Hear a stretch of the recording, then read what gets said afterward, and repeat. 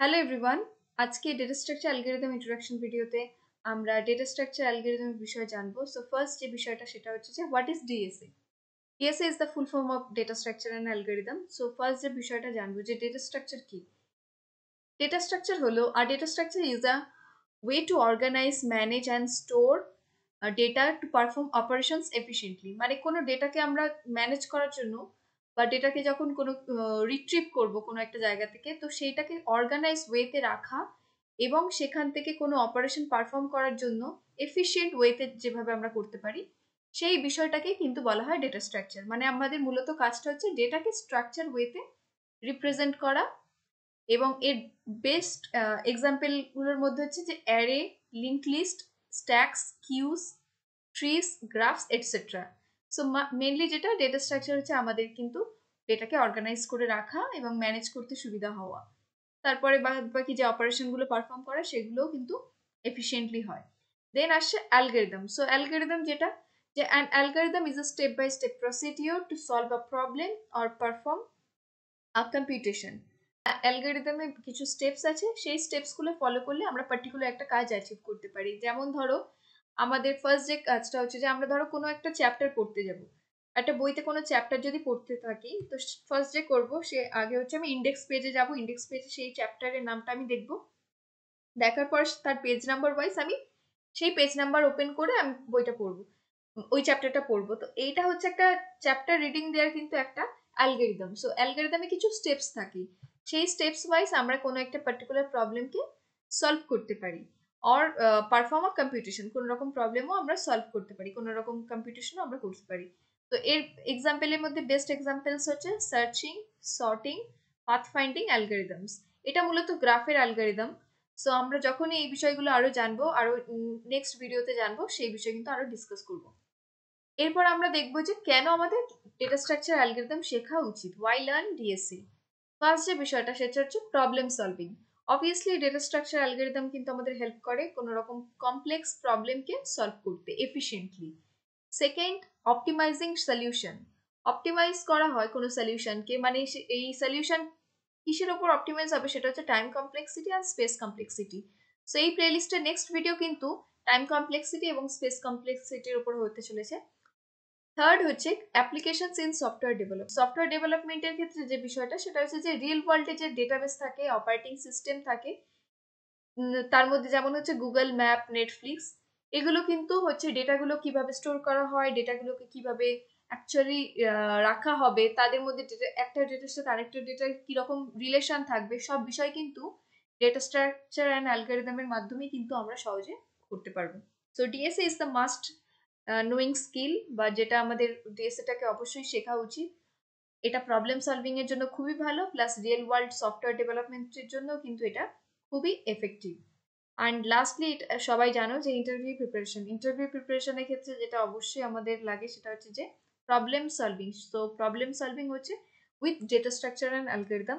আমি বেশ কিছু কোম্পানির ইন্টারভিউতে দিয়েছি, সেখানেও কিন্তু তার একটা মোটামুটি একটা রেঞ্জের ডিএসএ প্রবলেম কিন্তু সবাই কম বেশি জিজ্ঞেস করে, irrespective of most of the role. যেমন ফ্রন্ট এন্ড রোলের ক্ষেত্রেও কিন্তু ডেটা স্ট্রাকচার অ্যালগরিদম জিজ্ঞেস করে, এছাড়া সফটওয়্যার ডেভেলপমেন্ট রোলের জন্য তো ডেফিনেটলি করবে। সো অবশ্যই জানা উচিত, কারণ আমাদের ডিএসএ জানলে তখন আমাদের ইন্টারভিউর ক্ষেত্রে কিন্তু খুব সহজ হয় ইন্টারভিউ ক্র্যাক করতে। সো এখন আমরা যেটা জানবো সেটা হচ্ছে how to approach DSA. DSA কে আমরা কিভাবে অ্যাপ্রোচ করবো, মানে আমরা ডিএসএ টা কিভাবে শিখবো সো দ্যাট এই ডিএসএ শেখাটা মানে আমাদের ফ্রুটফুল হয়, বা এই ডিএসএ শেখাটাকে আমরা কাজে লাগাতে পারি। তো এর কিছু স্টেপস আছে, যে স্টেপসগুলো ফলো করলে আমাদের ডিএসএ শেখার জার্নিটা কিন্তু অনেক স্মুথ হবে। ফার্স্ট যে বিষয়টা সেটা হচ্ছে আন্ডারস্ট্যান্ড দ্য বেসিক্স। আমাদের অলওয়েজ ফান্ডামেন্টাল ডেটা স্ট্রাকচার এবং অ্যালগরিদমের বিষয়ে সম্পূর্ণ ক্লিয়ার ধারণা থাকতে হবে। Second is analyse complexity. আমাদের টাইম কমপ্লেক্সিটি এবং স্পেস কমপ্লেক্সিটি বিষয়ে কিন্তু আমাদের সম্পূর্ণ ধারণা থাকাটা খুবই জরুরি ডিএসএ শেখার ক্ষেত্রে। Third is practice. অবশ্যই আমাদের প্র্যাকটিস করতে হবে। প্র্যাকটিসের জন্য কিছু প্ল্যাটফর্ম যেমন LeetCode, HackerRank, GeeksforGeeks এবং CodeChef, Codeforces. There are lots of other coding platform that we can utilize to learn DSA. And lastly, build projects। যেমন কিছু রিয়েল ওয়ার্ল্ড সিনারিওর ক্ষেত্রে বোঝার জন্য এমন সুবিধা হবে, এমন কোনো কনসেপ্ট আমরা অ্যাপ্লাই করে ডেটা স্ট্রাকচার অ্যালগরিদম ইউজ করে আমরা কিন্তু একটা প্রজেক্ট বানাতে পারি এবং মাল্টিপল প্রজেক্ট বানাতে পারি। সেই প্রজেক্টগুলো কিন্তু আমাদের হেল্প করবে ডেটা স্ট্রাকচারকে আরো ভালোভাবে বুঝতে। এখন যে বিষয়টা দেখবো সেটা হচ্ছে data structure algorithm in real life এক্সাম্পলে আমরা ডেটা স্ট্রাকচার কি, যেমন অ্যারে কিন্তু আমরা সবাই জানি, আবার অনেকে জানে না হয়তো।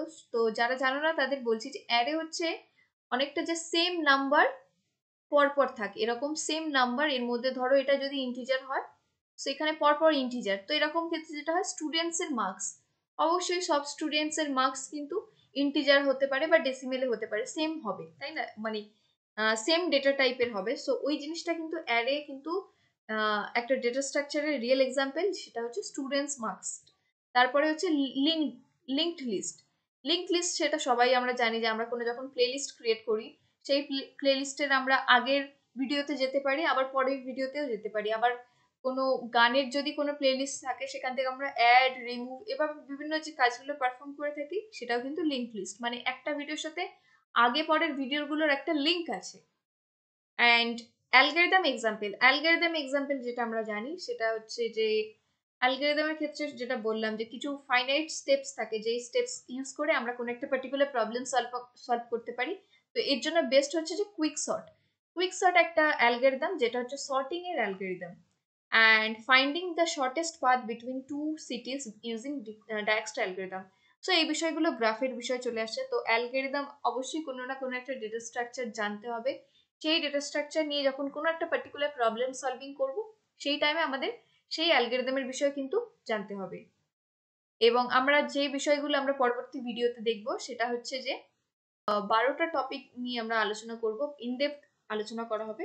তো ফার্স্ট যে বিষয়টা আসছে সেটা হচ্ছে অ্যারেস, তারপর strings, linked list, stacks and queues, recursion, trees, graphs, sorting and searching, dynamic programming, greedy algorithms and backtracking and advance topics definitely থাকবে। তো আমরা মূলত ডেটা স্ট্রাকচার অ্যালগরিদমের এই কোর্সটাতে আমরা কিন্তু এই টপিকগুলো আমরা কিন্তু অবশ্যই কভার করব, এবং প্রত্যেকটা টপিকের ওপর ইনডেপথ ভিডিও থাকবে এবং তার সেই রিলেটেড প্রবলেম সলভিংও কিন্তু আমি এই চ্যানেলেই আপলোড করব। That's all from today, thank you so much, hope you enjoy it.